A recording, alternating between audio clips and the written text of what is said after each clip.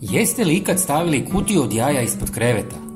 Trik koji ću vam pokazati sam izmislio prije 30 godina i sad svi to rade. Kutije od jaja ljudi često bacaju u smeće ne znajući koliko su korisne.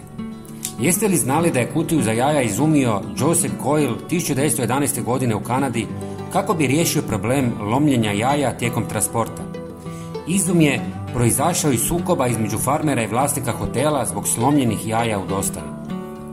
Prije nego počnemo, pokazati ću vam jedan zanimljiv mali trik. Jeste li znali da kutiju od jaja možete koristiti kao stalak za mobitel? Možete i odrezati ovaj mali vrh ako vam smeta. Ali vratimo se mi na našu glavnu temu. U manju kutiju od jaja ćemo staviti par sastojaka koji će vam riješiti mnoge probleme. Kutiju ćemo napuniti sa 6 sastojaka i svaki ima važnu ulogu. Vi naravno ne morate koristiti svih 6 ako ih nemate. Prva 2 sastojka su soda bikarbona i sol jer imaju sposobnost upijanja vlage iz zraka. Obje tvari su higroskopne, što znači da prirodno privlače i zadržavaju vodu, čime pomažu u smanjenju vlažnosti u prostoriji i sprječavaju stvaranje plijesni i neugodnih mirisa. Zatim dodajemo klinčiće i cimet, jer su snažni repelenti i odbijaju sve insekte poput komaraca, mrava, grinja, stonoga, moljaca i žohara.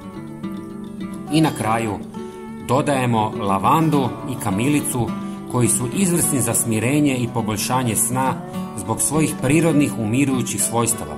Lavanda pomaže u opuštanju tijela i uma smanjujući stres i anksioznost svojim blagim mirisom.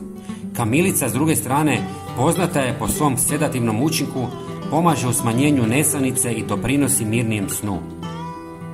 Izbušite male ili velike rupe na vrhu kako bi miris jače izlazio van ili ako želite možete kutiju imati otvorenu.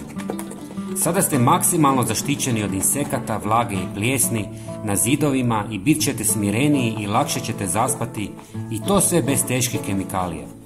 Ovu kutiju možete staviti ispod kreveta jer vam tamo najmanje smeta, a miris lavande će vas uspavljivati. Prijatelji, svakako se pretplatite na naš kanal jer vam svakodnevno donosimo najnovije savjete. Potpuno je besplatno. Hvala vam. Pozdrav!